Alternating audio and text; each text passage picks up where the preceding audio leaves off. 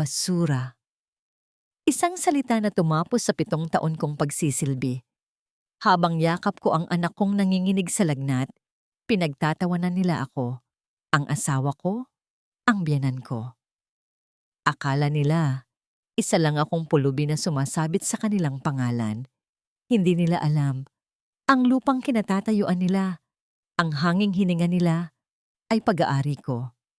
Ako si Milagria Santillan, at sa gabing ito, tapos na ang pagtitiis. Sino ang tunay na reyna sa likod ng gintong duyan? Sasagot ba ang langit sa bawat patak ng aking luha? O mas matamis ang paghihiganting isisilbi ng tadhana? Isang pabigat na lang siya sa buhay ko, ma. Minsan, naiisip ko kung nagkamali ba ako ng pinakasalan. Ang mga salitang yon na binigkas ni Damaso sa gitna ng halakhakan sa kabilang silid ay tila isang malamig na patalim na humiwa sa katahimikan ng madilim na kwarto. Sa ilalim ng aandap-andap na liwanag ng isang maliit na lampara, napatigil ang kamay ni Milagria. Ang karayom na hawak niya ay nanatiling nakabaon sa puting tela ng barong Tagalog na kanyang tinatahi, isang lumang alaala mula sa kanyang yumaong ama na nais niyang maisuot ng kanyang anak sa kaarawan nito. Ang bawat salita ng kanyang asawa ay mas masakit pa kaysa sa anumang tusok ng karayom sa kanyang balat. Hindi gumalaw si Milagria, hinayaan niyang balutin siya ng dilim habang ang bawat hininga niya ay nagiging mabigat at masakit sa dibdib. Sa kabilang bahagi ng dingding, naririnig niya ang tunog ng mga basong nagkakalitugan, tanda ng isang masayang pagdiriwang para sa promosyong nakamit ni Damaso.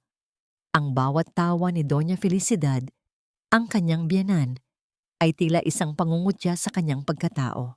Dapat lang na mag-isip-isip ka na, anak. Sagot ng matandang babae, ang tinig ay puno ng awtoridad at kawalan ng malasakit. Mula ng mga nakiyang si Milagria, naging losyang na at wala ng ibang ginawa, kundi ang magkulong dito sa bahay. Hindi mo na siya pwedeng iharap sa mga kliyente mo. She's a liability now, not an asset.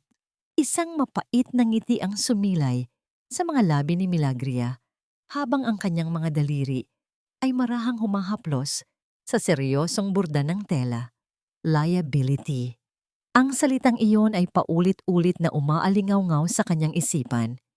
Hindi nila alam na ang bawat butil ng kanin na isinusubo nila, ang bawat kusing na ginagastos nila para sa kanilang karangyaan, ay nagmumula sa mga lihim na pondong iniwan ng kanyang ama para sa kanyang proteksyon. Ngunit nanatili siyang tahimik. Pinili niyang maging anino sa sarili niyang tahanan dahil sa isang pangako. Nahahanapin niya ang tunay na pag-ibig na hindi nakatingin sa kanyang yaman. Biglang bumukas ang pinto at pumasok si Lucinda, ang kanyang MB na kapatid ni Damaso. Ang amoy ng alak at mamahaling pabango ay agad na humalo sa amoy ng luma at pagod na hanging nasa loob ng kwarto. Tumingin ito sa kanya ng may pandidiri bago kinuha ang isang piraso ng papel mula sa kanyang bag at inihagis ito sa ibabaw ng tahiin ni Milagria. Ano to, Lucinda? Mahinang tanong ni Milagria. Ang kanyang tinig ay halos isang bulong. Isang loan document yan, ate. Kailangan ni kuya ng collateral para sa bago niyang investment. Don't worry, pirma mo lang ang kailangan dyan. At saka, huwag mo namang masyadong pagtiyagaan yung basurang tinatahi mo. Sobrang cheap tingnan na nakakahiya sa mga bisita natin sa labas. Sabi ni Lucinda bago ito tumalikod at lumabas muli habang humahagik-hik. Nang tingnan ni Milagria ang papel, ang kanyang mundo ay tila gumuho. Ang pirma niya ay naroon na, isang pekeng lagda na ginawa ni Damaso ng walang pahintulot niya. Ginamit siya ng sarili niyang asawa bilang sangla sa isang panganib na hindi niya alam. Ang kanyang mga kamay ay nagsimulang manginig at ang bawat ugat sa kanyang katawan ay tila nag-alab sa matinding galit na pilit niyang ikinukubli. Sa gitna ng kanyang panlulumo, isang mahinang daing ang narinig niya mula sa duyan. Agad na lumapit si Milagria sa kanyang anak na si Junjun. Nang hawakan niya ang noo ng bata, halos mapatalon siya sa gulat. Ang init ng balat nito ay tila nagniningas na uling. Ang bata ay nanginginig at hirap sa paghinga. Ang bawat hininga ay tila isang pakikipaglaban sa kamatayan. Damaso! Sigaw ni Milagria habang patakbong lumabas ng kwarto. Bitbit ang kanyang anak. Damaso, ang anak natin. Mataas ang lagnat niya. Kailangan nating pumunta sa ospital. Ngunit sa halip na pag-aalala, ang nakita niya sa mukha ng kanyang asawa ay ang matinding inis. Nakatayo si Damaso sa gitna ng mga bisita. May hawak na baso ng alak at nakatingin sa kanya na tila ba siya ay isang dumi sa kanyang malinis na carpet. Milagria, can't you see? May celebration tayo. Bulyaw ni Damaso, ang kanyang mukha ay namumula sa galit. Huwag kang gumawa ng eksena rito. Bigyan mo lang ng paracetamol yan at patulugin mo. You're overreacting again. Iniistorbo mo ang moment ko. Nagtawanan ng mga tao sa paligid. Kasama na ang kanyang biyenan na patuloy na humihigop ng tsaa na tila walang naririnig. Ang bawat tawa nila ay tila mga martilyong dumudurog sa natitirang piraso ng puso ni Milagria. Tumayo siya roon, yakap ang kanyang anak na patuloy na humihikbi sa sakit habang ang ulan sa labas ay nagsisimulang pumatak ng malakas na tila nakikiramay sa kanyang nararamdamang pait. Sa sandaling iyon, ang huling hibla ng kanyang pasensya ay tuluyan ng naputol. Tumingin siya kay Damaso, hindi na bilang isang mapagmahal na asawa, kundi bilang isang kaaway na nagtaksil sa bawat pangakong binitiwan nito. Ang kanyang mga mata, na dati ay puno ng lambing, ay naging kasing lamig na ng yelo sa kailaliman ng dagat. Kailan ba nagiging sapat ang pagtitiis ng isang ina? Hanggang kailan mo hahayaang yuraka ng iyong dangal bago mo mapagtanto na ikaw pala ang nagmamay-ari ng korona na kanilang inaasam? Habang tinititigan ni Milagria ang nanghihinang anak, isang sumpa ang nabuo sa kanyang puso. Isang sumpang babago sa tadhana ng pamilya, Valderrama, magpakailanman.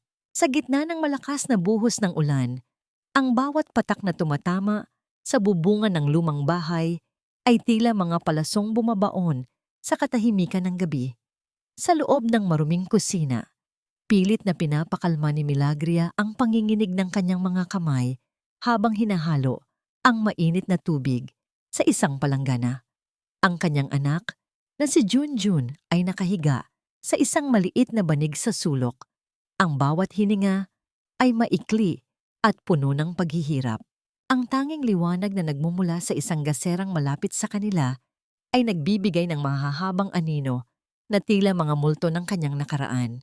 Ano ba, Milagria? Bakit hanggang ngayon ay hindi pa nakahain ang pulutan ng mga bisita ni Damaso?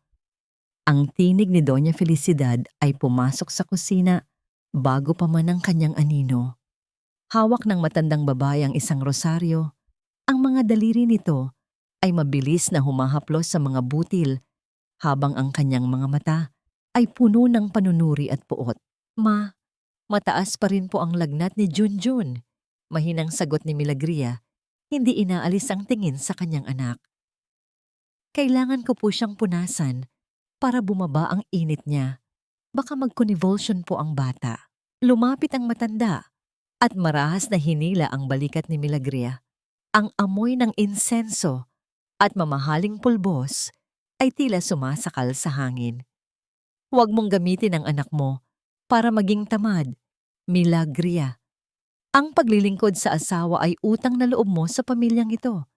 Kung hindi dahil sa amin, nasaan ka na ngayon? Isang ulilang walang direksyon sa buhay. Pinatira ka namin dito, binigyan ng pangalan. Kaya matuto kang tumanaw ng pakundangan. Ang Diyos ay nakatingin sa mga asawang suwail. Ang mga salitang yon ay tila mga latay sa likod ni Milagria. Alam niya ang laro ng kanyang biyenan, ang paggamit sa pangalan ng Panginoon para itago ang sariling kalupitan. Hindi na kumibo si Milagria. Sa halip, marahan siyang tumayo at sinimulang ihanda ang pagkain na hinihingi nila habang ang bawat patak ng kanyang luha ay lihim na humahalo sa usok ng kalan.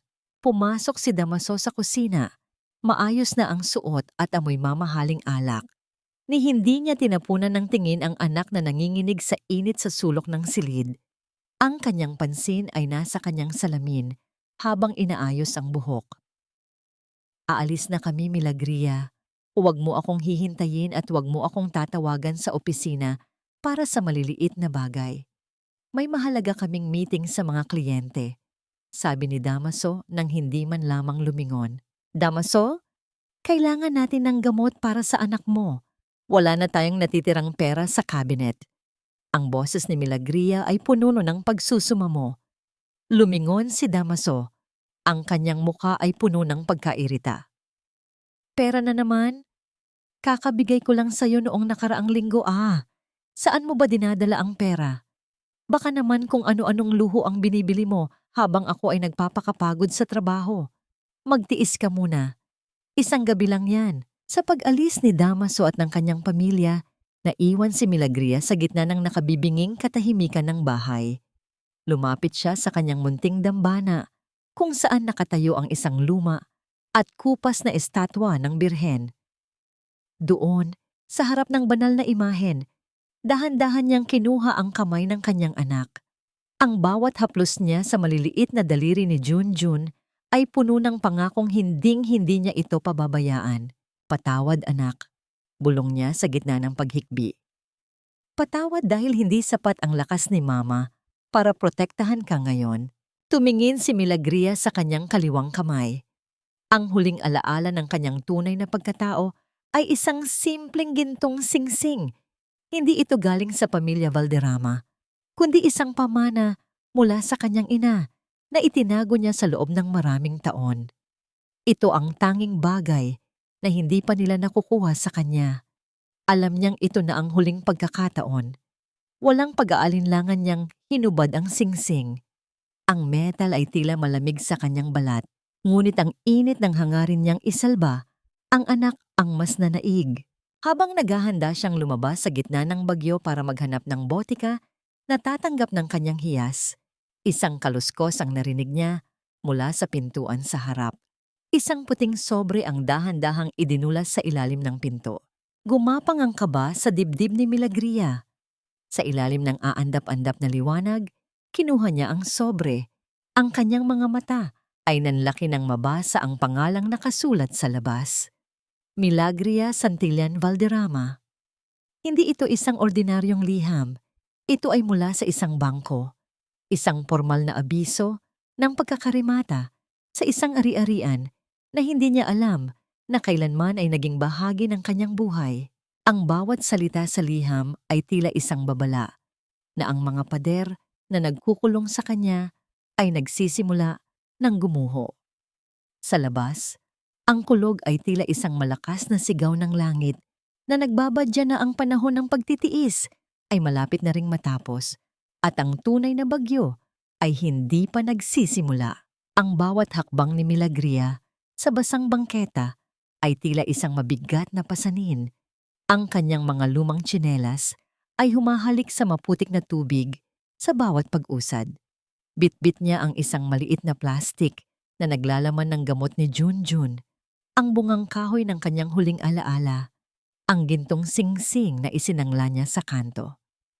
Habang ang malamig na hangin ng madaling araw ay humahampas sa kanyang manipis na balabal, nararamdaman niya ang hapdi ng kanyang mga daliri na namamanhid sa ginaw. Sa gitna ng dilim, isang maliit na karinderya ang tanging nagbibigay ng liwanag sa dulo ng kalye. Ang usok mula sa mainit na kape ay sumasama sa malamig na hamog. Sa pinakasulok ng kainan, nakaupo ang isang lalaking may katandaan na maayos ang suot na barong kahit na ang paligid ay luma at madungis. Si Attorney Benicio Sarmiento ay tahimik na naghihintay. Ang kanyang mga kamay ay nakapatong sa isang itim na briefcase na tila naglalaman ng mga lihim ng buong mundo. Nang makita niya si Milagria, agad siyang tumayo. Ang kanyang mukha ay kakikitaan ng labis na paggalang na tila ba ang babaeng nasa harap niya ay nakasuot ng pinakamahal na sutla sa halip na kupas na duster. Madam Chairperson, ang mahinang bati ni Benicio. Ang kanyang tinig ay tila isang mainit na kumot sa gitna ng bagyo. Kanina pa po ako naghihintay. I saw what happened. It pains me to see you like this. Umupo si Milagria. Ang kanyang mga mata ay nananatiling nakapako sa plastik ng gamot sa ibabaw ng mesa. Attorney, stop calling me that. I'm just a mother trying to save her son. Please, let's just talk about the documents. Isang malalim na buntong hininga ang pinakawalan ng matandang abogado. 3 years, Milagria. 3 years of silence and suffering.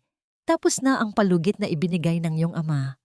Ang Santillan Holdings, ang lahat ng lupain, ang mga mall, at ang bilyon-bilyong pondo sa bangko. Lahat ng ito ay handa na para sa iyong pagpirma. You are one of the wealthiest women in this country, yet you live like a servant to a family that doesn't even know your worth. Tila bumalik ang kanyang gunita sa huling gabi bago pumanaw ang kanyang ama, si Don Santillan. Nakahiga ang matanda sa kanyang kama. Ang kamay ay mahigpit na nakahawak sa kamay ni Milagria habang ang mga mata ay puno ng babala at pagmamahal. Anak, ang yaman ay parang apoy, bulong ng kanyang ama noon. Maaari itong magpainit sa iyo, pero maaari ka ring tupukin nito. Panoorin mo ang kanilang mga puso, hindi ang kanilang mga bulsa. Doon mo malalaman kung sino ang tunay na nagmamahal sa iyo kapag wala ka nang maibibigay. Gusto ko lang malaman, attorney. Simula ni Milagria, ang kanyang boses ay nanginginig sa pinagsamang lungkot at galit. Hanggang saan ang kaya nilang gawin? My father was right. Pinanood ko sila. Nakita ko kung paano nila ako ituring na basura habang ginagamit nila ang bawat kusing na pinaghirapan ni Papa. Damaso, my husband, he forged my signature for a loan. They are wolves in sheep's clothing. Then let's end this now, sabi ni Benicio habang binubuksan ang briefcase. Just sign these, and by tomorrow, you can kick them out of that house. You can have them arrested for fraud. Hinawakan ni Milagria ang panulat, ngunit bago pa ito lumapat sa papel, napatigil siya. Naalala niya ang mukha ni Junjun na nanginginig sa lagnat at ang mukha ni Damaso na puno ng kayabangan habang ipinagmamalaki ang kanyang promosyon. Isang malamig na determinasyon ang sumilay sa kanyang mga mata. Hindi pa ngayon, attorney. I want them to reach the highest point of their pride. Gusto kong makita nila ang rurok ng tagumpay na akala nila ay kanila. Bago ko hatakin ang bawat hibla ng karangyaang ninakaw nila sa akin. The perfect timing is coming. Let them celebrate for now. Let them believe they have won. Nang lumabas si Milagria mula sa karinderya, isang itim at makintab na sasakyan ang dahan-dahang huminto sa tabi niya. Ang bintana ay bumaba at ang mga mata ni Attorney Benicio ay puno ng pag-asa. Mag-iingat po kayo, madam. I will be waiting for your signal. Sumakay si Milagria sa sasakyan upang ihatid siya malapit sa kanilang bahay. Ngunit habang bumababa siya sa kanto, hindi niya napansin na sa tapat ng isang maliit na tindahan, nakatayo si Lucinda. Hawak ng kanyang MB ang isang baso ng palamig. Ang kanyang mga mata ay nanlalaki habang pinapanood ang kanyang mahirap na ate na bumababa mula sa isang sasakyang tanging ang mga bilyonaryo lamang ang may kayang magmay-ari. Ang bawat pintig ng puso ni Milagria ay tila isang tambol ng digmaan. Alam niyang sa sandaling tumapak siya pabalik sa bahay ng mga Valderrama, ang lahat ay magiging isang malaking pagpapanggap. Isang laro kung saan ang premyo ay ang kanyang kalayaan at ang kabayaran ay ang pagkawasak ng mga taong umabuso sa kanyang kabutihan. Ang bawat hakbang ni Milagria papasok ng tarangkahan ay tila paglalakad sa ibabaw ng nagbabagang uling. Ramdam niya ang matalas na titig ni Lucinda mula sa balkonahe, isang tingin na tila nagnanais na hubaran ang kanyang pagkatao at alamin ang bawat lihim na baon niya mula sa labas. Ang lamig ng ulan ay nanunuot pa rin sa kanyang mga buto, ngunit ang kaba sa kanyang dibdib ang mas mabilis na nagpapabilis sa kanyang hininga. Sino ang naghatid sa iyo, ate? Ang boses ni Lucinda ay pumailan lang sa gitna ng katahimikan ng salas, puno ng malisya at panghuhusga. Isang itim na limusin at sa kanto ka pa talaga nagpababa. Akala ko ba ay wala kang pera? O baka naman meron kang itinatagong sugar daddy habang nagpapakapagod si kuya sa trabaho. Humarap si Milagria. Ang kanyang muka ay nananatiling kalmado kahit na ang kanyang mga kamay ay mahigpit na nakakuyom sa ilalim ng kanyang balabal. Isang mabuting loob lang ang nagmalasakit na ihatid ako dahil sa lakas ng ulan, Lucinda. Huwag mong lagyan ng dumi ang isipan mo, lalo na't may sakit ang pamangkin mo. Isang maingay na singhalang isinagot ni Lucinda bago ito tumalikod at umakyat sa hagdan. Hindi na kumibo si Milagria. Agad siyang tumuloy sa kusina upang ihanda ang gamot ni Junjun. Ngunit ang bawat galaw niya ay tila automatiko. Ang kanyang diwa ay naiwan sa karinderya kasama ang mga dokumentong magpapabago sa kanyang mundo. Pagkalipas ng ilang oras, bumukas ang pinto ng bahay at pumasok si Damaso. Hindi katulad ng dati, ang kanyang mukha ay puno ng ngiti at ang kanyang mga mata ay nagniningning sa kagalakan. Ngunit habang papalapit siya kay Milagria, isang pamilyar na amoy ang unti-unting lumulutang sa hangin.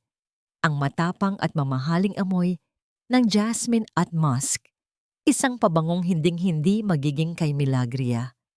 Ito ay ang amoy ng isang babaeng nabubuhay sa luho. Isang amoy na tila lason na humahalubilo sa hangin ng kanilang tahanan. Ang ganda ng gabi, Milagria, sabi ni Damaso habang hubad ang kanyang jacket. Ang laki ng nakuha naming komisyon sa bagong project. Malapit na tayong maging bahagi ng mataas na lipunan. Habang isinasabit ni Milagria ang jacket ni Damaso, isang maliit na piraso ng papel ang nahulog mula sa bulsa nito. Dahan-dahan niya itong pinulot.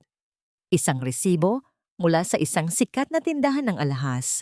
Ang nakasulat, Diamond Heart Pendant, 500,000 pesos. Ang petsa ay ngayong araw.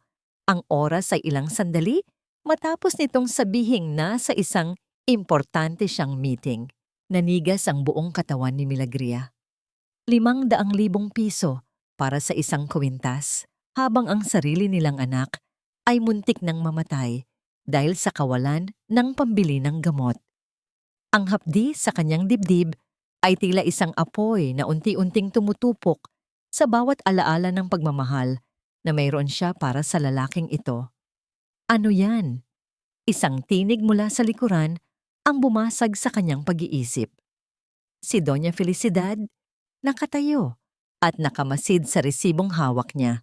Damaso, bumili siya ng kwintas, ma, pero hindi para sa akin. Mahinang sabi ni Milagria, ang kanyang boses ay tila isang tuyong dahon na nadarang sa apoy. Sa halip na magalit sa anak, isang malamig na tawa ang pinakawalan ng matanda. At bakit ka magrereklamo? Tingnan mo nga ang sarili mo sa salamin, Milagria. Mukha kang katulong na pinabayaan ng panahon. Kung may ibang babae man na nagpapasaya sa anak ko, kasalanan mo yon. Dahil hindi mo alam kung paano maging isang asawang kapuri-puri. Ang isang lalaking matagumpay ay nangangailangan ng dekorasyon, hindi ng pasanin. Hindi sumagot si Milagria. Sa halip marahan niyang itinupi ang resibo at ibinalik sa bulsa ng jacket. Ang bawat salita ng kanyang biyenan ay tila isang pako na lalong nagpapatatag sa kanyang desisyon. Pinanood niya ang kanyang biyenan at asawa na magtawanan sa hapagkainan habang siya ay nananatiling anino sa sulok. Nang gabing iyon, habang mahimbing ang tulog ni Damaso sa tabi niya, naramdaman ni Milagria ang marahang pagyanig ng telepono ng kanyang asawa sa ibabaw ng side table. Isang notification ang nagpakita sa screen. Isang mensahe mula sa isang hindi kilalang numero, ngunit ang larawang kalakip nito ay sapat na upang tuluyan nang mawasak ang natitirang piraso ng kanyang puso. Sa screen, malinaw na makikita si Damaso na masayang nakayakap sa isang magandang babae sa gitna ng isang mamahaling restaurant. Ang babae ay may suot na kwintas, ang Diamond Heart Pendant na nakasulat sa resibo. Ang caption ng mensahe ay tila isang lason na kumalat sa kanyang buong sistema. Salamat sa gabi, love. Can't wait for our next trip. Nakahiga si Milagria sa dilim. Ang kanyang mga mata ay nakatitig sa kisame habang ang bawat pintig ng kanyang puso ay tila isang paalala na ang bawat luhang pumatak sa gabing ito ang magiging huling luhang iaalay niya para sa lalaking katabi niya. Ang digmaan ay hindi na lamang tungkol sa pera. Ito ay tungkol sa dangal na hinding-hindi na niya hahayaang yurakan muli. Ang gabi ay tila isang malawak at madilim na karagatan na nagbabadyang lumamon sa lahat ng natitirang pag-asa ni Milagria. Sa loob ng kwarto, ang katahimikan ay bumasag ng isang nakapanlulumong tunog. Ang hirap na paghinga ni Junjun na biglang sinundan ng marahas na panginginig ng kanyang maliliit na kamay at paa. Ang mga mata ng bata ay tumirik at ang bawat kalamnan nito ay tila binibatak ng isang puwersang hindi nakikita. Junjun, anak! Ang sigaw ni Milagria ay puno ng takot habang mabilis niyang binuhat ang anak. Ang init ng katawan ng bata ay tila nagniningas na baga na pumapaso sa kanyang balat. Patakbong lumabas si Milagria sa salas kung saan si Damaso ay abala sa pag-aayos ng kanyang mamahaling kurbata sa harap ng malaking salamin. Nakasuot ito ng kanyang pinakamagandang suit at ang bawat kilos nito ay puno ng pagmamalaki para sa gaganaping dinner kasama ang mga investor at si Vanessa. Damaso, tulungan mo ako. Nagkakumbulsyon si Junjun. Kailangan nating dalhin ang bata sa ospital ngayon din. Ang boses ni Milagria ay nanginginig. Ang kanyang mga luha ay mabilis na dumadaloy sa kanyang maputlang pisngi. Lumingon si Damaso. Ngunit sa halip na pag-aalala, ang kanyang mga mata ay nagpakita ng matinding inis at pagkayamot. Ano ba, Milagria? Kita mong may napaka-importante akong lakad.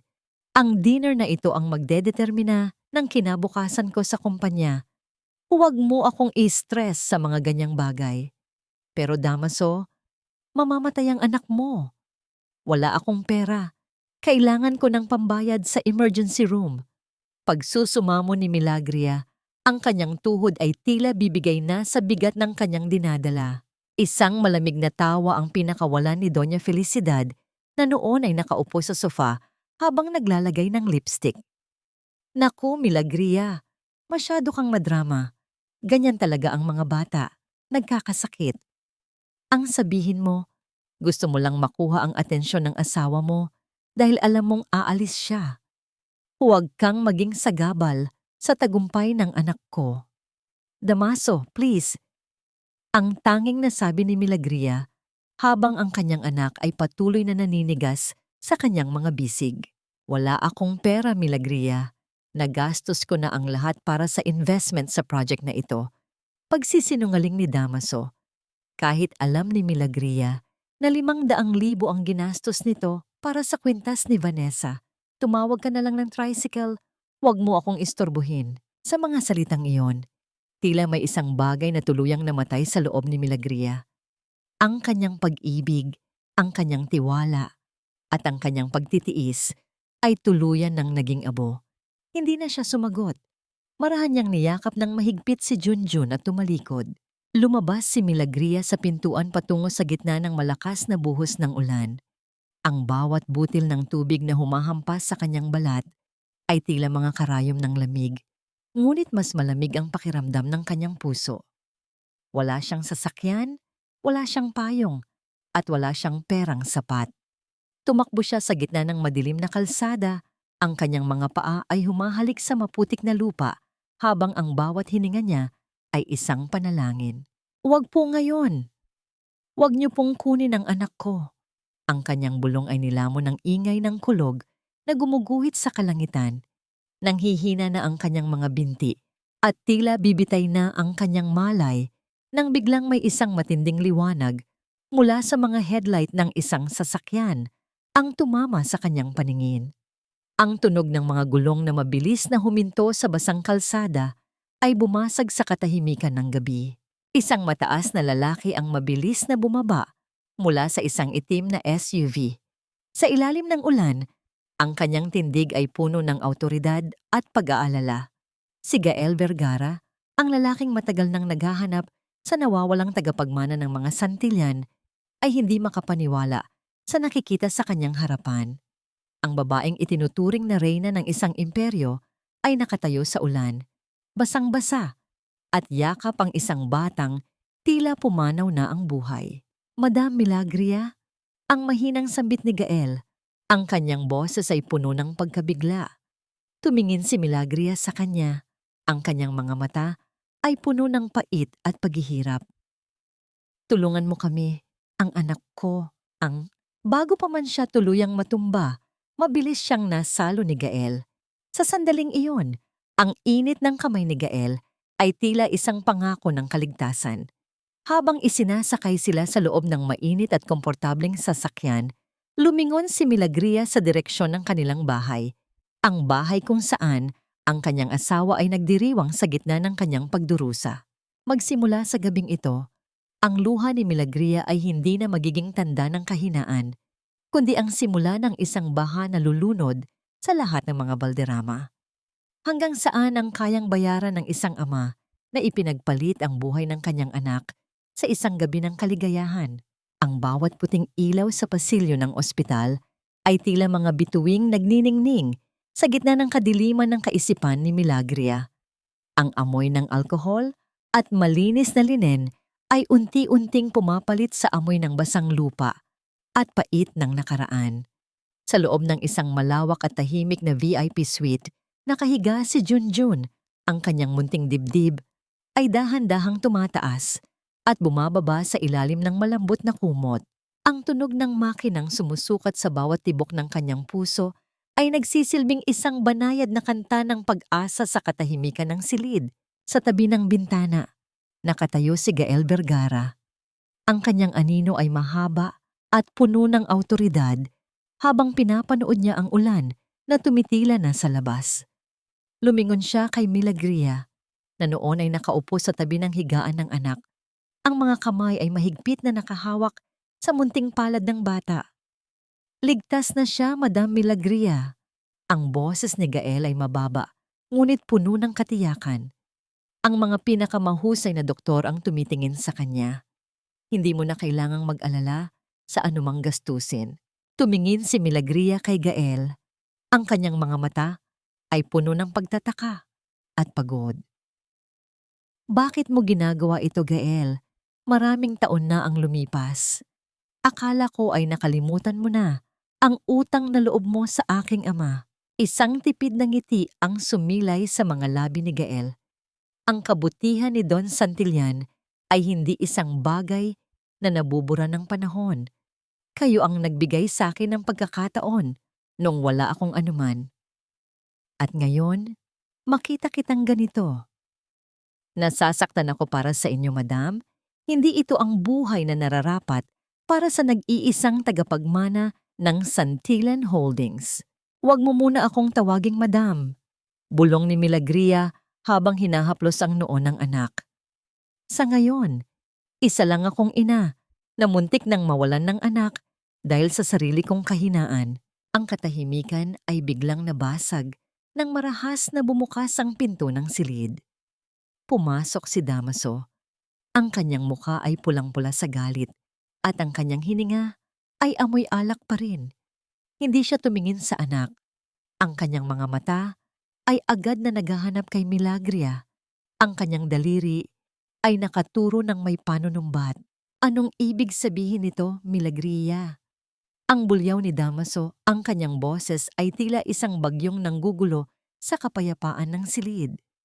Pumunta ka sa ospital na parang isang pulubi. Alam mo bang nakita ka ng isa sa mga business partner ko? Sinisira mo ang reputasyon ko. At paano ka nagkaroon ng pambayad sa ganitong klaseng suite? Saan ka kumuha ng pera, ha? Nakakahiya ka. Tumayo si Milagria. Ang kanyang mukha ay walang mababakas na takot. Ang bawat salita ni Damaso ay tila wala ng talim para sa kanya. Ang anak mo ay muntik nang mamatay, Damaso, at ang tanging iniisip mo ay ang iyong reputasyon? Huwag mo akong sagutin ng ganyan. Akmang lalapit si Damaso nang biglang humarang si Gael sa pagitan nilang dalawa. Ang tindig ni Gael ay tila isang matibay na pader na hindi matitibag. Sino ka naman? Ang hambog na tanong ni Damaso, pilit na pinatatatag ang kanyang boses kahit halatang intimidated siya sa laki at aura ni Gael. Lalaki mo ba ito, Milagria? Kaya pala ang lakas ng loob mong lumayas. Mag-ingat ka sa iyong pananalita, Mr. Valderrama. Ang boses ni Gael ay kasing lamig ng yelo na dumadaloy sa ugat. Ang kanyang mga mata ay nakatitig ng diretso sa mga mata ni Damaso. Isang tingin na nagpaparamdam dito kung gaano siya kaliit. Ako si Gael Vergara, ang CEO ng kumpanyang matagal mo nang gustong pasukin. At ang babaeng binabastos mo ay isang taong hinding-hindi mo mapapantayan. Natigilan si Damaso. Ang pangalang Gael Vergara ay isang alamat sa mundo ng negosyo. Ang kanyang kayabangan ay tila bula na biglang naglaho. Naging mabilis ang kanyang paglunok at ang kanyang mga balikat ay dahan-dahang bumagsak. CEO Vergara. I didn't know. Ang nauutal na sabi ni Damaso. Ang kanyang mukha ay naging maputla. Pasensya na po. Nadala lang po ako ng emosyon dahil sa pag-aalala sa anak ko. Isang mapait na tawa ang pinakawalan ni Milagria sa loob ng kanyang isipan. Pag-aalala. Ang hypocrisy ni Damaso ay tila isang laso na nakakasuka. Umalis ka na, Damaso. Ang utos ni Milagria. Ang kanyang tinig ay puno ng awtoridad na ngayon lang niya ipinamalas. Bumalik ka sa iyong party. Dito muna kami ni Junjun. Hindi na nakaimik si Damaso. Sa ilalim ng mapanuring tingin ni Gael, dahan-dahan siyang umatras at lumabas ng silid na tila isang asong bahag ang buntot. Nang sumara ang pinto, muling bumalik ang katahimikan sa suite. Lumapit si Gael kay Milagria at iniabot ang isang itim na folder. Ito ang lahat ng ebidensya ng kanyang mga katiwalian at ang katotohanan tungkol sa iyong mga ari-arian. It's time to take back your throne, Madam President. Huwag mo nang hayaang apakan ka ng mga taong nabubuhay lamang sa iyong anino. Tiningnan ni Milagria ang folder. Pagkatapos ay ang kanyang anak na himbing na ang tulog. Isang bagong liwanag ang sumilay sa kanyang mga mata. Isang liwanag na hindi na magmumula sa pag-asa, kundi sa isang matinding determinasyon na maghukom. Ang bawat paghakbang ni Milagria sa loob ng bahay ng mga Valderrama ay tila pagpasok sa isang kulungang gawa sa salamin. Marupok, malamig, at puno ng mga matatalim na sugat. Sa kabila ng lahat ng nangyari sa ospital, pinili niyang bumalik. Hindi dahil sa takot, kundi dahil kailangan niyang panoorin ang huling yugto ng kanilang kasakiman mula sa loob. Ang kanyang mukha ay nananatiling isang maskara ng kapakumbabaan. Ang kanyang mga mata ay nakatitig sa sahig, ngunit sa loob ng kanyang bulsa, ang kanyang daliri ay marahang dumidikit sa gilid ng isang maliit na digital recorder. Nandito ka na pala, Salarin! Ang boses ni Doña Felicidad ay pumailan lang mula sa hapagkainan. Nakaupo ang matanda habang nag-aayos ng mga dokumento. Ang bawat galaw ng kanyang mga kamay ay puno ng pagmamadali. Mano po, ma, mahinang sabi ni Milagria habang isinasagawa ang ritual ng paggalang. Ramdam niya ang magaspang na balat ng matanda. Isang hawak na walang kahit katiting na pagmamahal. Huwag mo akong mamanumano, Milagria, pagtabig ng matanda sa kanyang kamay. Dahil sa pagwawala mo kagabi, muntik nang mawalan ng gana ang mga investor ni Damaso.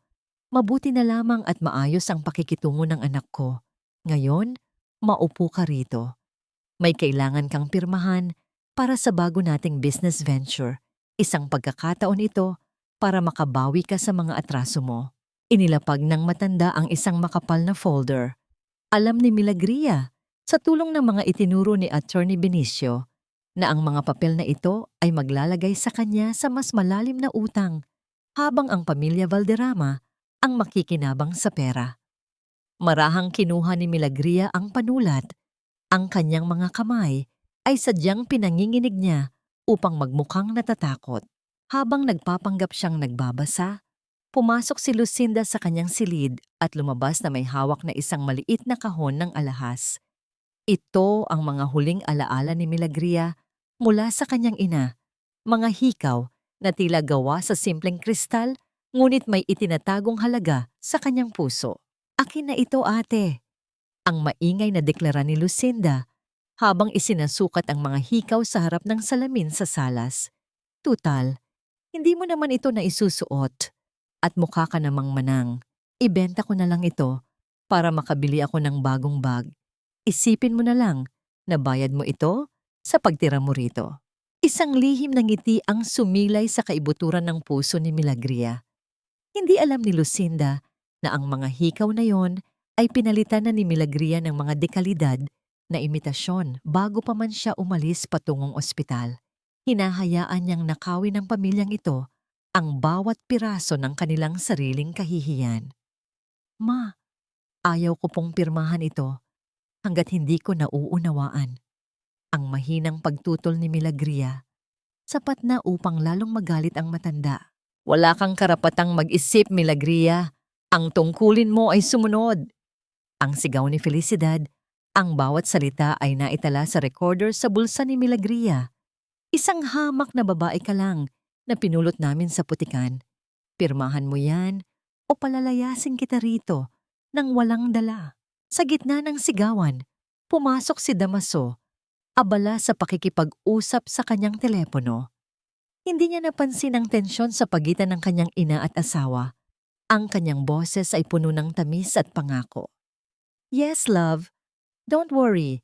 Kapag nakuha ko na ang loan mula sa pirma ni Milagria, ililipat na kita sa bagong kondo.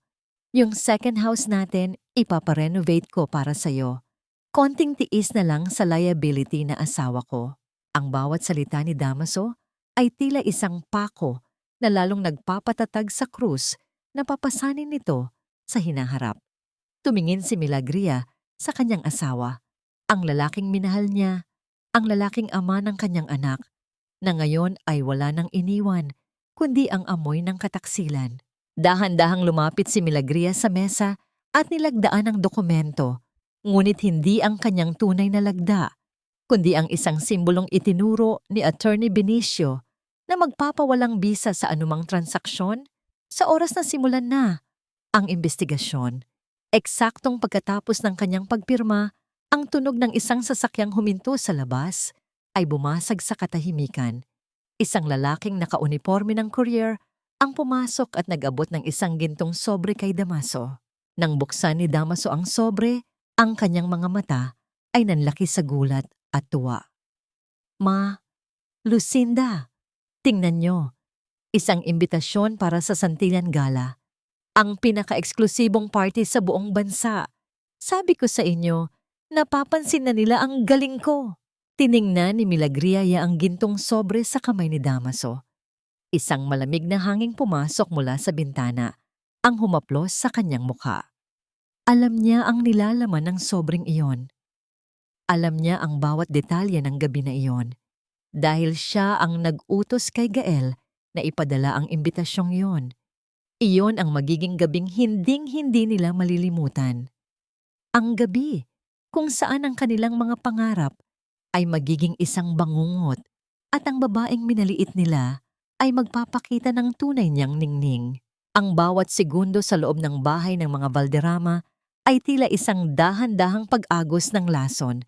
Ngunit para kay Milagria, ito ay naging panahon ng paghahanda. Ang hangin sa loob ng tahanan ay puno ng tensyon at nag-uumapaw na ambisyon ni Damaso. Ang gintong imbitasyon para sa Santillan Gala ay nakapatong sa dambana ng kanilang kasakiman na tila isang anting-anting na magliligtas sa kanila mula sa katotohanan ng kanilang pagkatao. Siguraduhin mong walang kahit isang lukot ang suot ko, Milagria. Ang utos ni Damaso habang nakatayo sa harap ng salamin, sinusuri ang bawat anggulo ng kanyang mukha. Ang telang iyan ay mas mahal pa sa kabuuan ng buhay mo. Kapag nakuha ko na ang pirma ng chairperson ng Santillan sa kontratang ito, Hinding-hindi na tayo babalik sa ganitong klaseng buhay. Inayos ni Milagria ang kwelyo ng suit ni Damaso. Ang kanyang mga daliri ay marahang dumadapo sa mamahaling tela. Ang mainit na singaw mula sa plansa sa kabilang silid ay bumabalot sa hangin, sumasabay sa mabigat na pagtibok ng kanyang puso. Gagawin ko ang lahat para maging perpekto ang itsura mo sa gabi na yon, Damaso. Mahinang sabi ni Milagria. Ang kanyang tinig ay puno ng kahulugunang hindi maunawaan ng kanyang asawa. Dapat lang, singit ni Lucinda na noon ay abala sa pag-aaral kung paano maglakad ng may poise sa gitna ng salas. Ayaw naming mapahiya sa harap ng mga bilyonaryo. At ikaw, huwag kang lalabas ng kwarto habang nag-aayos kami. Baka mahalata ng mga kapitbahay na may kasama kaming manang sa bahay na ito. Isang tawag mula sa telepono ni Damaso ang bumasag sa kanilang usapan. Nakita ni Milagria ang pangalan ni Vanessa sa screen. Mabilis na lumayo si Damaso. Ang kanyang boses ay naging malambing at puno ng pag-asa. Yes, love. Handa na ang lahat. Ang presentation ko ay flawless. Pagkatapos ng gala, tayo na ang magkasamang lalakad sa harap ng mundo. Konting tiis na lang sa katulong ko rito. Sa gitna ng lahat ng ito, nakahanap si Milagria ng pagkakataon na makalabas ng bahay upang makipagkita kay Attorney Benicio sa isang lihim na lokasyon. Sa loob ng isang pribadong opisina na malayo sa ingay ng lungsod, inilatag ng matandang abogado ang huling piraso ng puzzle. Ito na ang lahat, Madam Milagria, sabi ni Benicio habang iniaabot ang isang makapal na dokumento. Ang ganap na power of attorney at ang paglilipat ng lahat ng kontrol sa iyong pangalan. Mula sa sandaling ito, ikaw na ang opisyal na may-ari ng bawat gusali, bawat lupain, at bawat hininga ng Santillan Holdings. Ang pain ay nailatag na. Ang kumpanya ni Damaso ay nakadepende na lamang sa iyong pagsang-ayon. Hinawakan ni Milagria ang panulat. Ang bigat nito ay tila ang bigat ng lahat ng kanyang mga luhang pumatak sa loob ng 3 taon. Sa bawat titik ng kanyang pangalan na isinulat niya sa papel, naramdaman niya ang unti-unting paglaya ng kanyang kaluluwa mula sa tanikala ng pamilya Valderrama. Salamat, Benicio, bulong ni Milagria. Gusto kong ihanda mo rin ang lahat ng mga warrant para sa fraud at falsification of documents. Isisilbi natin ang mga ito sa pinakamasakit na paraan. Nang makabalik si Milagria sa bahay, nadatnan niya ang kanyang biyenan na si Doña Felicidad na tila isang reyna kung mag-utos sa mga huling oras ng kanilang pag-iimpake. Milagria, dalian mo, ayusin mo ang mga sapatos ko at siguraduhin mong ang mga gamot ko ay nasa bag ko. Hindi ko kayang himatayin sa sobrang tuwa kapag nakaharap ko na ang bagong chairperson. Tiningnan ni Milagria ang kanyang biyenan. Pagkatapos ay ang kanyang sariling refleksyon sa malabo at lumang salamin ng kusina.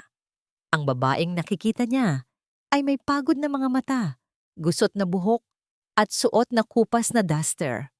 Ngunit sa likod ng maskarang yon, may isang bagong Milagria na isinisilang, isang reynang handang bawiin ang bawat dangal na ninakaw sa kanya.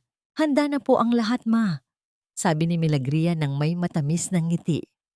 Sana ay maging masaya kayo sa gabi ng gala, dahil iyon na ang huling gabing matutulog kayo ng mahimbing. Habang ang buwan ay dahan-dahang sumisikat sa kalangitan, ang katahimikan ng gabi ay tila isang babala. Ang bawat kaluskos ng hangin sa labas ay nagdadala ng balita ng paparating na bagyo. Si Damaso, si Felicidad at si Lucinda ay nananaginip na ng ginto. Hindi nila alam na ang kanilang mga paa ay nakatapak na sa isang bitag na gawa sa sarili nilang kasakiman.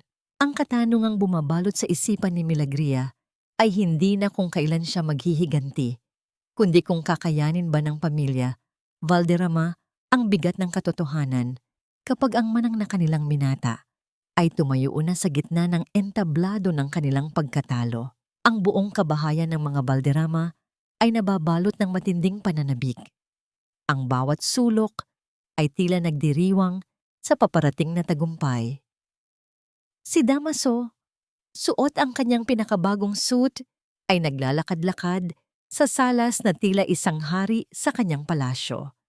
Si Lucinda ay abala sa pagkuha ng mga litrato ng kanyang sarili, habang si Doña Felicidad ay paulit-ulit na sinasanay ang kanyang ngangiti sa harap ng salamin. Milagria, dalyan mo ang paghahain ng hapunan. Utos ni Damaso nang hindi man lamang lumingon. Aalis na kami. At ikaw, huwag kang aalis dito sa bahay. Bantayan mo ang bahay at siguraduhin mong malinis ito sa pagbalik namin. Baka may mga kasama kaming importanteng bisita na uuwi. Opo, Damaso. Ang mahinang sagot ni Milagria mula sa kusina. Sa kanyang tinig, walang bakas ng pagtutol, walang kahit anong pahiwatig ng nag-aalab na apoy sa kanyang kalooban. Habang pinapanood niyang umalis ang sasakyan ng mga Valderrama, ang kanilang mga tawa ay nag-iwan ng isang nakabibinging katahimikan. Sa paglaho ng kanilang anino, sa dilim ng gabi, dahan-dahang lumapit si Milagria sa bintana. Ang kanyang refleksyon sa salamin ay nagpapakita ng isang babaeng pagod at hamak. Ngunit sa kanyang mga mata, isang bagong kislap ang nagsisimulang sumayaw. Isang itim na van na walang kahit anong marka ang dahan-dahang huminto sa tapat ng bahay. Mula rito ay bumaba ang isang grupo ng mga taong bihis at profesional. Ang bawat isa sa kanila ay nagdala ng mga kahon ng damit, alahas, at mga kagamitan sa pag-aayos. Madam Chairperson, ang magalang na batid ng isang babaeng may matikas na tindig. Ipinadala po kami ni Mr. Vergara. Handa na po ang suite ninyo sa Grand Santillan Hotel. Nandoon na rin po ang inyong gown para sa gabing ito. Walang salitang lumabas sa bibig ni Milagria. Marahan lamang siyang tumango. Ang bawat hakbang niya palabas ng bahay na yon ay tila isang paglaya mula sa isang mahabang pagkabilanggo. Habang ang van ay mabilis na tumatakbo sa gitna ng mga nagniningning na ilaw ng syudad, naiwan sa likuran ng lumang bahay, isang simbolo ng lahat ng kanyang sakit at pagtitiis. Sa loob ng presidential suite ng hotel, isang bagong mundo ang bumungad sa kanya. Ang sahig ay gawa sa mamahaling marmol, ang mga kurtina ay yari sa pinong sutla, at ang malaking bintana ay nag-aalok ng isang nakamamanghang tanawin ng buong syudad.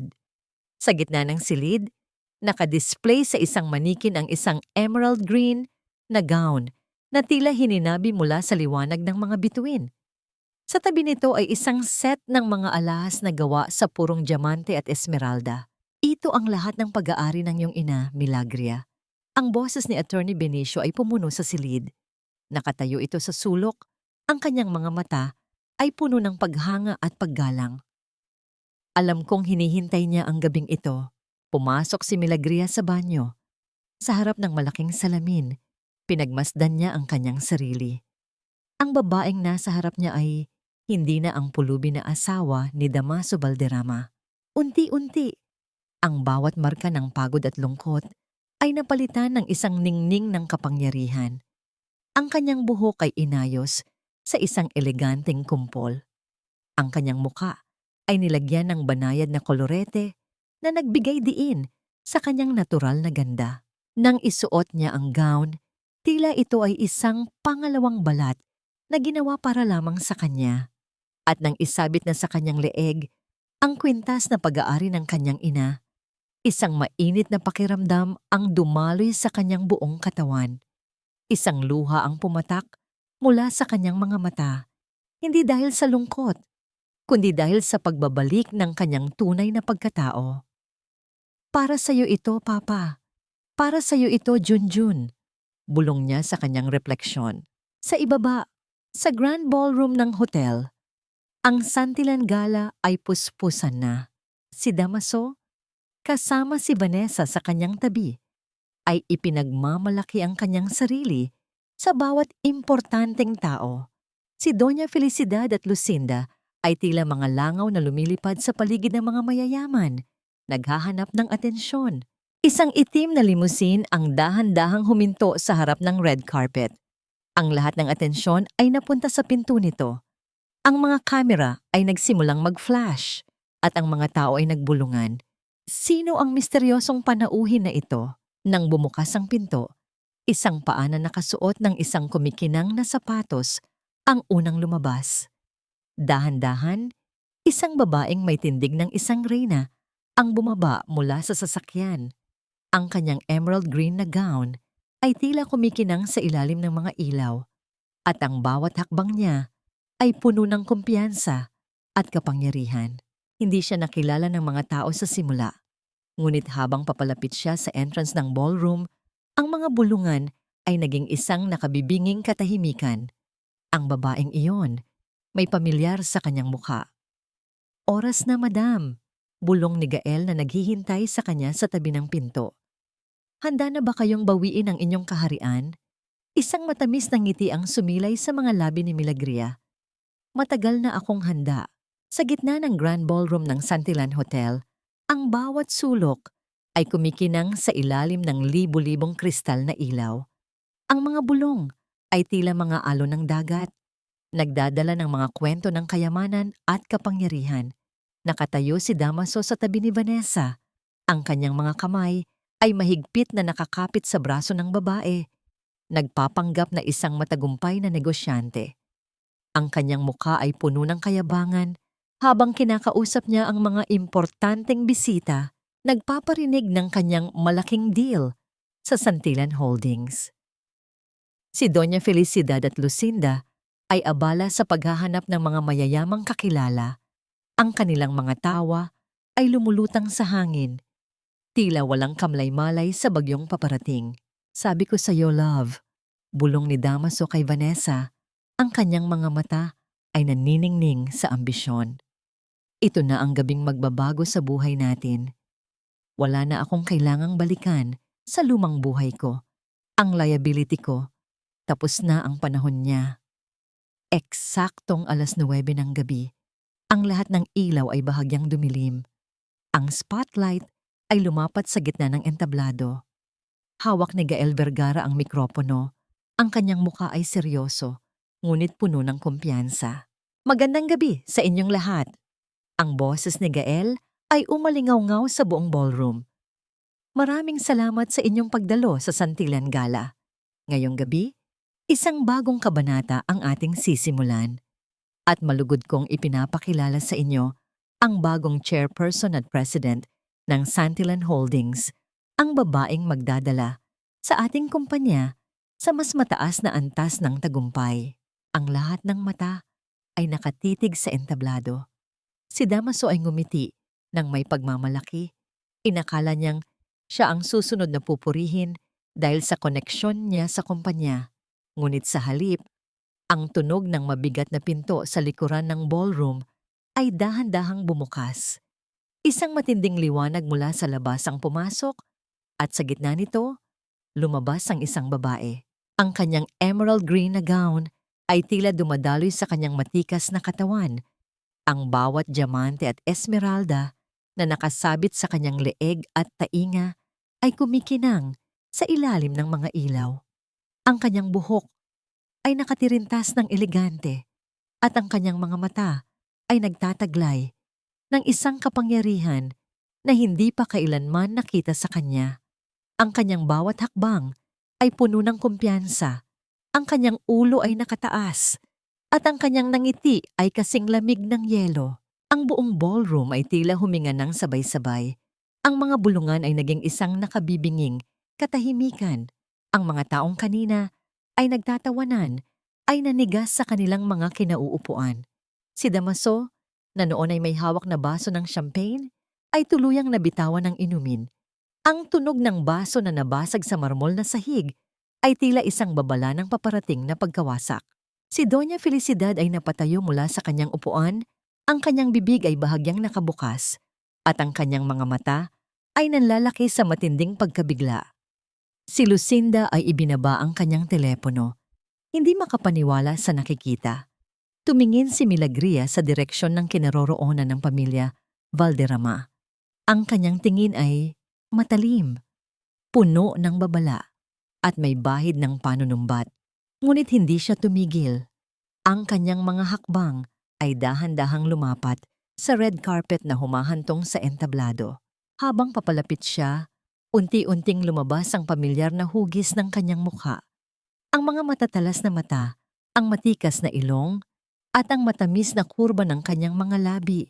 Ito ay si Milagria, ngunit hindi ang Milagria na kanilang kilala. Ito ay ang Milagria Santillan, ang reyna ng isang imperyo. Sa pagdating niya sa gitna ng entablado, inabot niya ang mikropono mula kay Gael. Ang kanyang boses ay malinaw, malakas, at puno ng awtoridad na hindi pa kailanman naririnig mula sa kanya. Magandang gabi sa inyong lahat. Ang simula ni Milagria, ang kanyang tingin ay nakatuon sa pamilya Valderrama.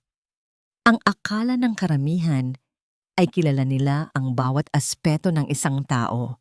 Ngunit minsan, ang mga bagay na pinakamahalaga ay nakatago sa likod ng pinakasimpleng maskara. Natigilan si Damaso. Ang kanyang mukha ay naging puting-puti. Ang kanyang mga mata ay nagpapakita ng matinding pagkabigla at takot. Ang bawat salita ni Milagria ay tila isang pako na dumudurog sa kanyang ego. Hindi siya makapaniwala. Ang kanyang asawa, ang babaeng minata niya, ang babaeng itinuring niyang basura, ay nasa harap niya, isang reyna.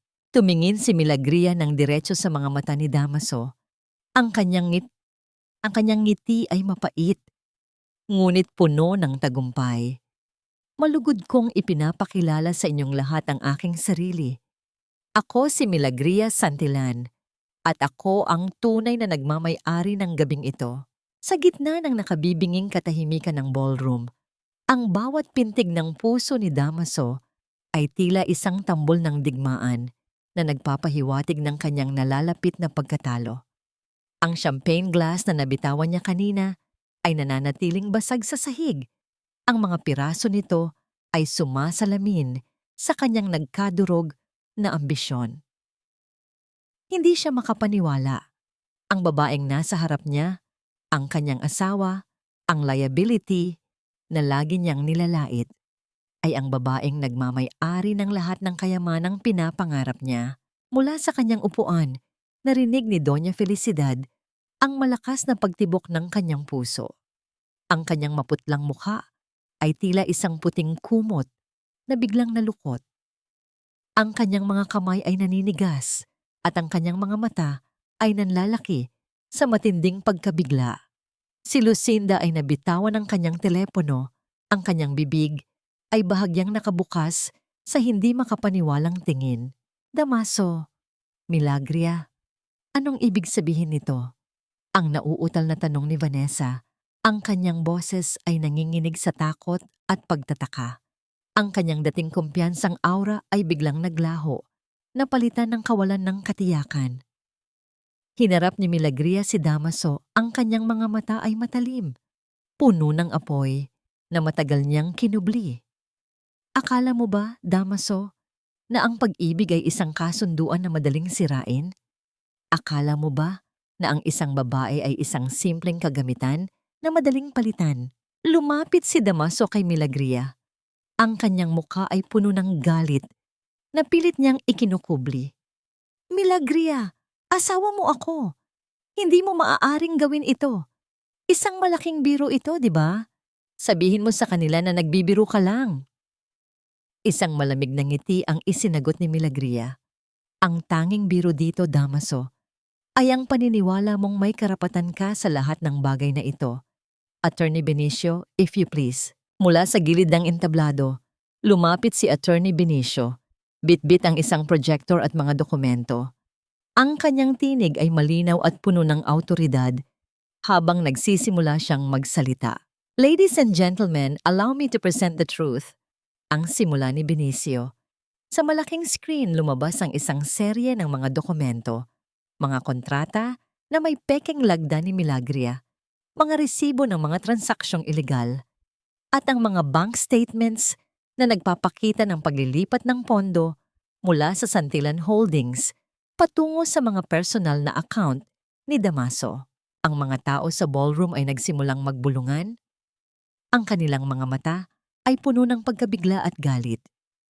Si Damaso ay nanigas sa kanyang kinatatayuan. Ang kanyang mukha ay naging maputlang maputla. Hindi, hindi totoo yan. Fake news iyan. Sinisiraan niyo ako. Sigaw ni Damaso, pilit na kumakapit sa kanyang huling hibla ng pagtatanggol. Fake news? Isang matalim na tanong ang binitawan ni Milagria. Sa kanyang kamay, hawak niya ang kanyang digital recorder. Kung gayon, Mr. Valderrama, pakinggan mo ito. Sa pagpindot ni Milagria ng play button, umalingaw-ngaw sa buong ballroom ang boses ni Doña Felicidad. Naku, Milagria, masyado kang madrama. Ganyan talaga ang mga bata. Nagkakasakit.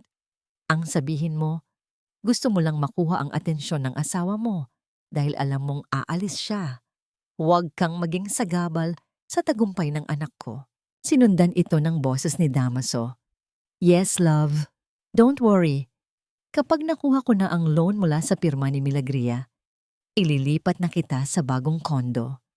Yung second house natin, ipaparenovate ko para sa'yo. Konting tiis na lang sa liability na asawa ko. Ang buong ballroom ay napuno ng matinding katahimikan. Ang lahat ng mata ay nakatuon ngayon sa pamilya Valderrama. Ang mga taong kanina ay ipinagmamalaki ang kanilang sarili, na ngayon ay nababalot ng matinding kahihiyan. Si Vanessa na noon ay nakakapit pa rin sa braso ni Damaso ay mabilis na bumitaw. Ang kanyang mukha ay puno ng pandidiri. Damaso, anong ginawa mo? Ikaw ay isang manloloko. I hate you. Patakbong lumabas si Vanessa sa ballroom. Iniwan si Damaso na nag-iisa sa gitna ng kanyang pagkawasak. Ang kanyang mga balikat ay bumagsak at ang kanyang mga mata ay puno ng matinding pagkadurog. Ang proyekto na iyong ipinagmamalaki, Mr. Valderrama, ang boses ni Gael ay malamig at puno ng autoridad. Ay tuluyan ng kinansela ng Santillan Holdings. Ang iyong kumpanya ay sasailalim sa investigasyon para sa fraud at money laundering. At ikaw. Biglang bumukas ang pintuan ng ballroom. 2 unipormadong pulis ang pumasok. Ang kanilang mga mata ay nakatuon kay Damaso. Mr. Damaso Valderrama, you are under arrest for fraud and falsification of documents. Ang deklara ng isa sa mga pulis. Nanigas si Damaso sa kanyang kinatatayuan. Hindi siya makagalaw. Ang kanyang mga pangarap ay tila isang salamin na nabasag sa libu-libong piraso. Ang kanyang pangalan, ang kanyang reputasyon, ang kanyang kinabukasan, lahat ay nawasak sa isang gabi. Tumingin si Milagria sa kanyang asawa. Ang kanyang puso ay walang nararamdamang galak sa pagkatalo nito, kundi isang malalim na pagkabigo. Damaso, asawa mo ako. Ang kanyang bulong ay naririnig lamang niya. Pero hindi na ngayon. Sa gitna ng grand ballroom na ngayon ay nababalot ng kaguluhan, si Doña Felicidad ay nananatiling nakaupo sa kanyang upuan. Ang kanyang mukha ay maputla na tila isang patay na dahon. Ang kanyang mga kamay ay mahigpit na nakahawak sa kanyang dibdib, habang ang bawat hininga niya ay mabigat at puno ng paghihirap. Ang kanyang mga mata ay nanlalaki sa takot at kahihiyan, habang pinapanood niyang igiya palabas ng mga pulis ang kanyang anak na si Damaso. Ang bawat tingin ng mga tao sa paligid ay tila mga pananampal na dumudurog sa kanyang dangal. Milagria, Milagria please, maawa ka sa akin. Ang sigaw ni Doña Felicidad. Ang kanyang boses ay tila isang nagmamakaawang aso. Gumapang siya papunta sa paanan ni Milagria. Ang kanyang dignidad ay tuluyan ng nawala. Hindi ko alam na ganyan pala ang gagawin ng anak ko. Patawarin mo kami, Milagria. Isipin mo ang pamilya natin, ang pangalan ng mga Valderrama. Tiningnan ni Milagria ang matanda. Ang kanyang mga mata ay walang mababakas na awa. Naalala niya ang bawat salitang binitawan ni Doña Felicidad. Ang paggamit sa Panginoon, ang pagtawag sa kanya ng liability, at ang pagpapanggap na isang banal na ina. Pamilya? Isang mapait na tawa ang sumilay sa mga labi ni Milagria. Ma, kailan niyo po ba kami itinuring na pamilya? Kailan niyo po ba ako itinuring na anak at hindi isang utusan? Sa bawat araw na ako ay nagpapakahirap, kayo ay nagpapakasasa sa kayamanan na akala nyo ay sa inyo. Huwag po nating gamitin ang pangalan ng Diyos sa inyong kasakiman. Hindi totoo yan, Milagria. Sigaw ni Doña Felicidad, pilit na kumakapit sa kanyang huling hibla ng kasinungalingan. Ang lahat ng ito ay para sa ikagaganda ng buhay namin. Para sa iyo rin ito. At saka, tandaan mo, Milagria, ang bahay na tinutuluyan nyo, ang lupa na inyong tinatapakan, ay pag-aari ng mga Valderrama. Isang matamis na ngiti ang isinagot ni Milagria. Ang lupa? Ang bahay? Ma, matagal na po itong naisauli sa tunay na may-ari. Hindi niyo po ba natanggap ang abiso mula sa bangko? Ang bahay na tinutuluyan niyo ay dating pag-aari ng Santillan Holdings. Matagal na po itong binili ng aking ama sa mababang halaga dahil sa utang ng inyong asawa. Nanigas ang buong katawan ni Doña Felicidad. Ang kanyang muka ay naging puting-puti at ang kanyang mga mata ay tila mawawalan na ng malay. Ang kanyang malaking bibig ay hindi makapagsalita. Ang bahay, ang pinakamamahal niyang ari-arian, ang simbolo ng kanilang dangal, ay hindi pala kailanman naging sa kanila. Ano? Ang nauutal na tanong ng matanda. Hindi ito totoo. Hindi totoo yan. Sa sandaling iyon, lumapit si Lucinda sa kanyang ina. Ang kanyang muka ay puno ng matinding galit. Ma, ano ba iyan? Totoo ba yan? Wala na tayong bahay? Ibig sabihin, wala na rin akong pera? Bakit hindi mo sinabi sa akin?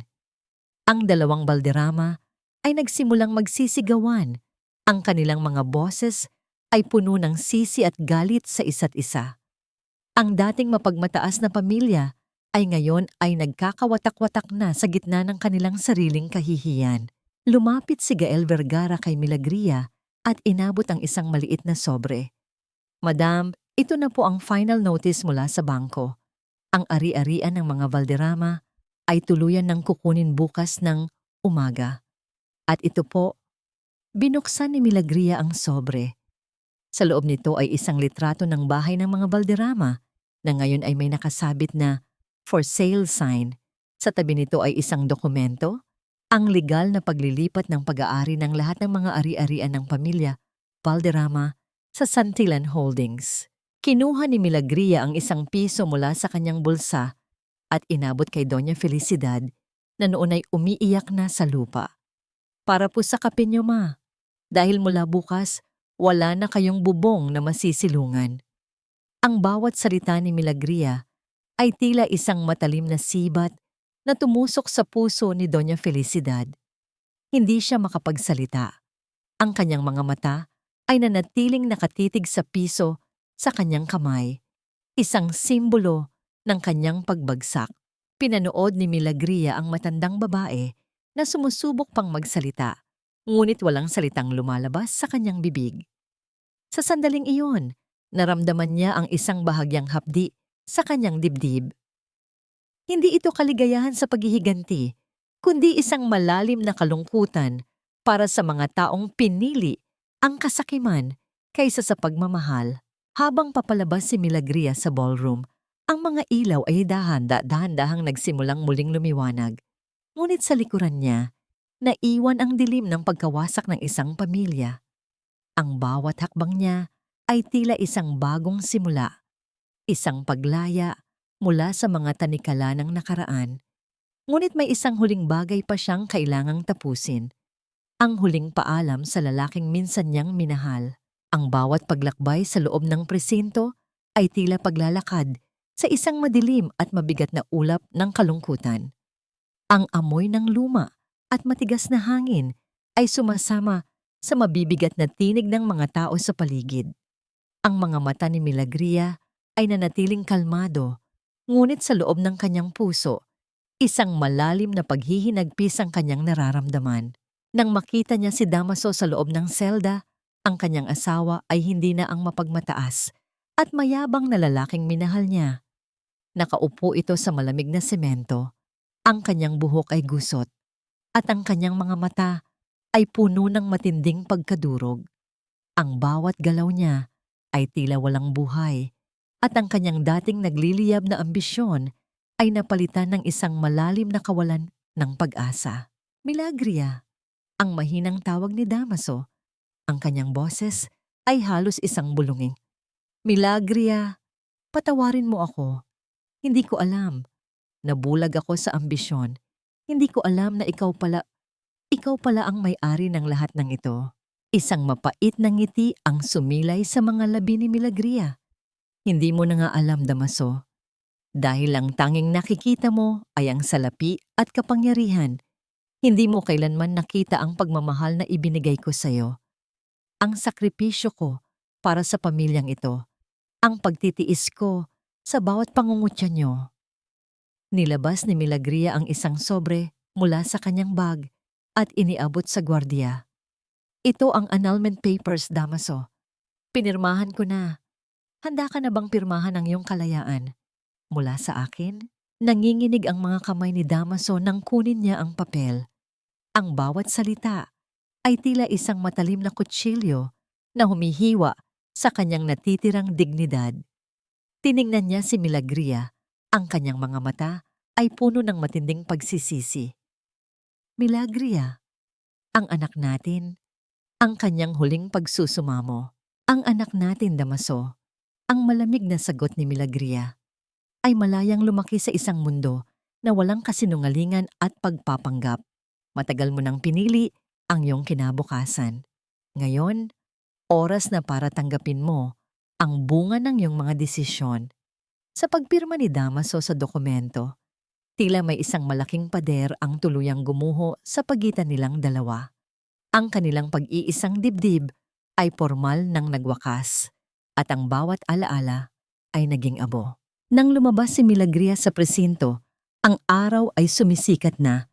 Ang bawat sinag nito ay nagbibigay ng liwanag sa madilim na kalsada. Dire-diretso siyang nagtungo sa isang sementeryo kung saan nakatayo ang isang simpleng lapida na nagtataglay ng pangalan ng kanyang ama.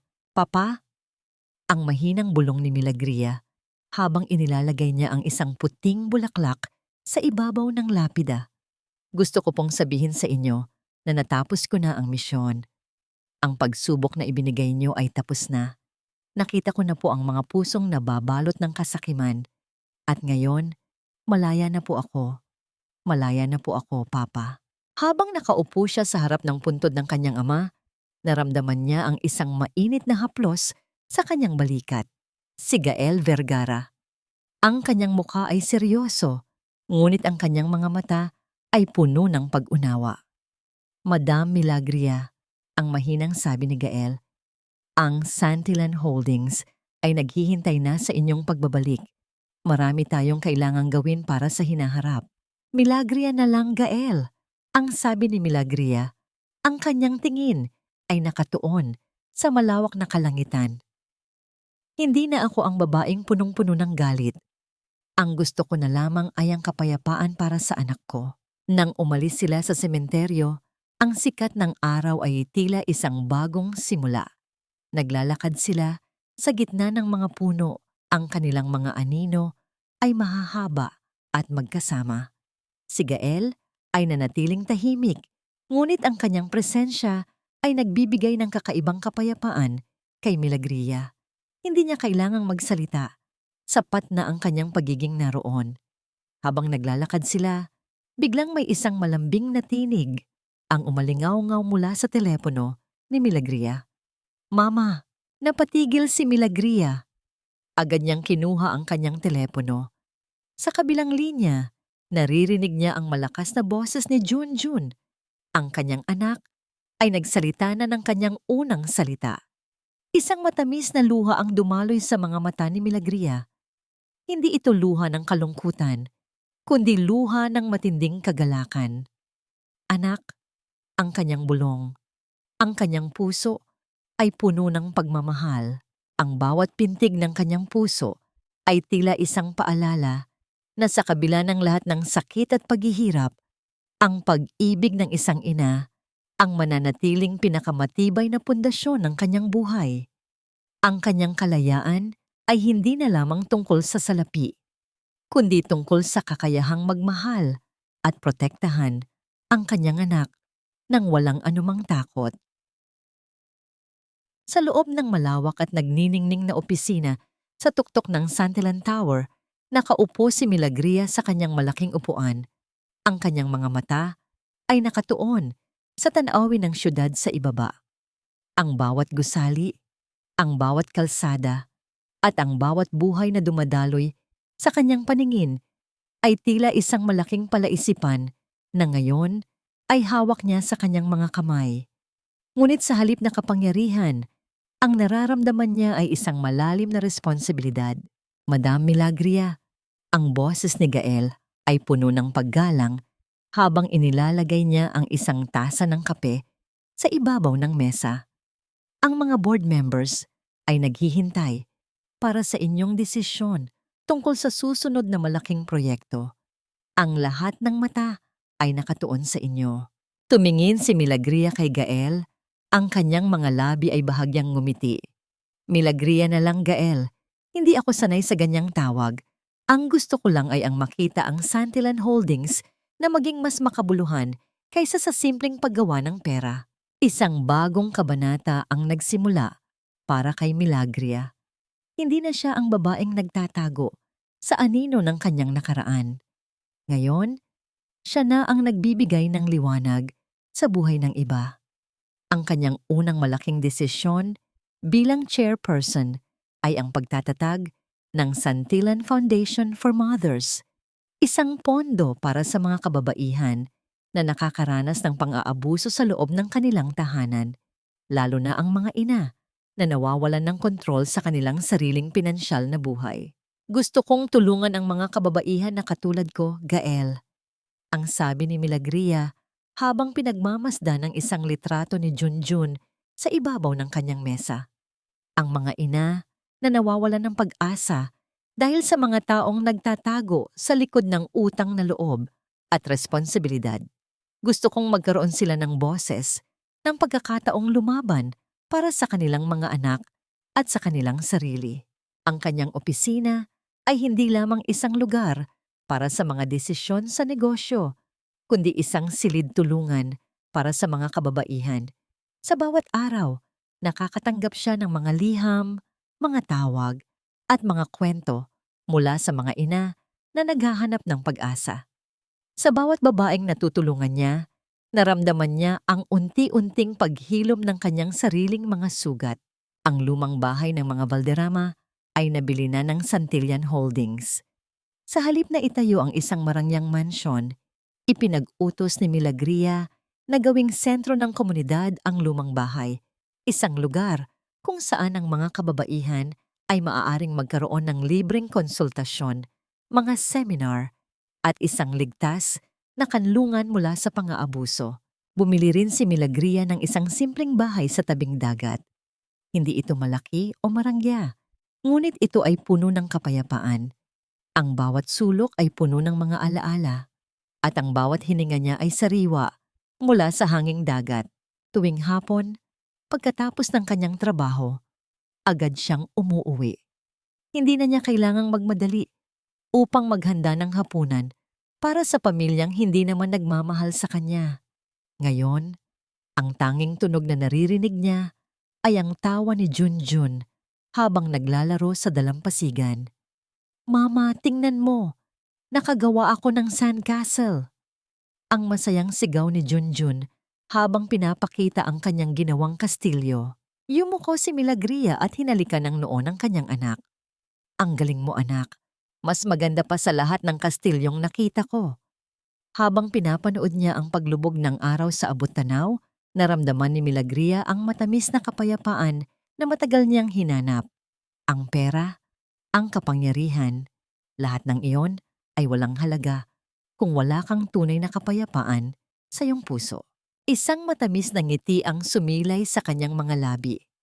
Sa kanyang pag-uwi, isang liham ang nakita niya sa ibabaw ng kanyang mesa. Walang nagpadala, walang pangalan. Ngunit alam niya kung kanino ito nagmula. Dahan-dahan niyang kinuha ang sobre. Ang kanyang mga mata ay nanatiling kalmado at ang kanyang mga daliri ay hindi nanginginig.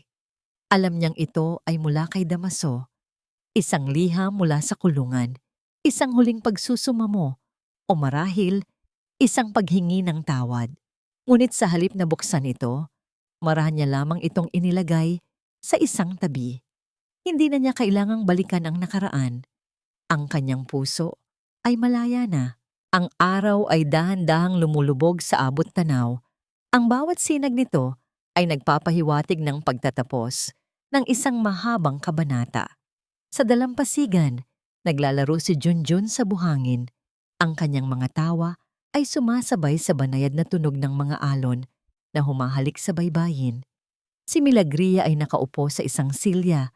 Ang kanyang mga mata ay nakatitig sa kanyang anak. Ang kanyang puso ay puno ng matamis na kapayapaan. Sa mga araw na lumipas, natutunan niyang ang tunay na yaman ay hindi nasusukat sa salapi o kapangyarihan. Ito ay nasa bawat sandali ng kagalakan kasama ang kanyang anak. Sa bawat ngiti ng mga kababaihan na kanyang natutulungan at sa bawat hininga ng kalayaan na kanyang nararamdaman. Lumapit si Gael Vergara sa kanya. May daladalang 2 tasa ng mainit na kape. Umupo ito sa tabi niya at ang kanyang presensya ay tila isang payapang simoy ng hangin na nagdadala ng kaginhawaan. Hindi sila nagmamadali. Ang bawat sandali ay sapat na. Ang ganda ng tanawin, Milagria. Ang mahinang sabi ni Gael, ang kanyang tingin ay nakatuon sa paglubog ng araw. Mas maganda pa kaysa sa anumang gusaling kayang itayo ng Santillan Holdings. Isang matamis na ngiti ang isinagot ni Milagria.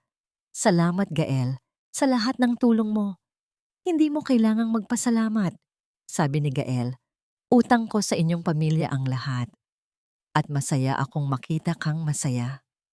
Tumingin si Milagria sa kanya. Ang kanyang mga mata ay puno ng pagpapahalaga. Alam niyang si Gael ay hindi lamang isang kaibigan, kundi isang tagapagbantay na laging naroon para sa kanya. Ngunit sa ngayon, ang kanyang puso ay nananatiling nakatuon sa paghilom at sa kanyang anak. Naalala niya ang mga araw na siya ay nagtatago sa dilim, nagtatahi ng barong Tagalog ng kanyang ama para sa kanyang anak. Ang bawat tusok ng karayom ay tila isang patalim na humihiwa sa kanyang puso. Ngayon, ang karayom na yon ay hindi na isang simbolo ng sakit, kundi isang paalala ng kanyang matinding lakas. Tumayo si Milagria at lumapit sa dagat. Hawak niya sa kanyang kamay ang isang lumang karayom. Ang parehong karayom na ginamit niya upang tahiin ang barong ni Junjun. Sa isang malalim na buntong hininga, marahan niya itong ibinato sa tubig. Ang karayom ay lumubog sa ilalim ng mga alon, tulad ng lahat ng kanyang sakit at pait mula sa nakaraan. Tapos na. Ang bulong niya, ang kanyang tinig, ay nilamon ng tunog ng mga alon. Tapos na ang pagtitiis. Sa kanyang pagbabalik sa silya, niyakap niya si Junjun ng mahigpit. Ang bawat haplos niya sa buhok ng bata ay puno ng pagmamahal at pangako. Ang kanyang anak ang kanyang pag-asa, ang kanyang lakas, at ang kanyang inspirasyon. Ang kanyang paglalakbay mula sa isang babaeng minata, pinagsamantalahan at binaliwala, patungo sa isang reynang nagmamay-ari ng kanyang sariling kaharian, ay isang patunay na ang tunay na lakas ay hindi nakikita sa kung gaano kakayaman, kundi sa kung gaano kakatatag na lumaban para sa iyong sarili at sa mga minamahal mo. Ang araw ay tuluyan ng lumubog at ang kalangitan ay napuno ng mga bituin. Ang bawat isa sa kanila ay tila nagniningning na paalala na sa kabila ng lahat ng dilim, laging may pag-asa. Si Milagria Santillan, ang babaeng dumaan sa matinding misericordya, sa ilalim ng kanyang gintong duyan, ay natagpuan na ang kanyang kapayapaan. Model 11:07 ng umaga. Ngayon, humaharap ako sa inyo, hindi bilang isang biktima, kundi bilang isang babaeng natuto sa bawat sugat. Isang mapayapang tinig ang pumuno sa isang malaking auditorium habang nakatayo si Milagria sa gitna ng entablado. Ang kanyang mga mata ay nagniningning sa karunungan. Sa ilalim ng spotlight, ang kanyang aura ay puno ng pag-asa at inspirasyon para sa libu-libong kababaihan na nakikinig. Natawad na ba ang karakter? Nang ibato ni Milagria ang lumang karayom sa dagat, kasama ring lumubog ang bawat pait at galit na nanahan sa kanyang puso. Pinatawad niya ang kanyang sarili sa pagpapahintulot na yurakan siya ng iba at pinatawad niya rin ang mga balderrama, hindi dahil sa kalimutan niya ang kanilang ginawa, kundi dahil ayaw na niyang balutin ang kanyang puso ng kapaitan. Ang pagpapatawad ay naging susi niya sa kalayaan, isang regalo para sa kanyang sarili at para sa kanyang anak. Ngunit ang hustisya ay nanatili upang magsilbing aral sa mga nagkasala. Nakahanap ba sila ng kapayapaan? Oo, nakahanap si Milagria ng ganap na kapayapaan. Hindi ito kapayapaan na galing sa malaking ari-arian o kapangyarihan, kundi kapayapaan na nagmumula sa pagmamahal sa sarili, sa kanyang anak, at sa kakayahang maging ilaw sa buhay ng iba. Ang kanyang bahay sa tabing dagat, ang tawa ni Junjun, at ang bawat ngiti ng mga kababaihan na kanyang natutulungan. Iyon ang tunay na kapayapaan na mas mahalaga kaysa sa anumang kayamanang material. Hindi na niya kailangan ng pagpapatunay mula sa sinuman. Anong aral ang naiwan sa mga tagapakinig? Ang kwento ni Milagria ay isang malalim na paalala na ang misericordia, ang awa at habag, ay hindi dapat ipagkamali sa kahinaan. Ang isang babae ay parang alon sa dagat. Minsan ay banayad, ngunit may kakayahang maging isang malakas na tsunami kapag ang kanyang hangganan ay nalagpasan. Ang tunay na yaman ay hindi nasa ginto, kundi nasa dangal ng isang ina na marunong lumaban. Huwag kang matakot na bumangon at bawiin ang iyong kalayaan. Ang iyong pagtitiis ay maaring maging iyong pinakamalakas na sandata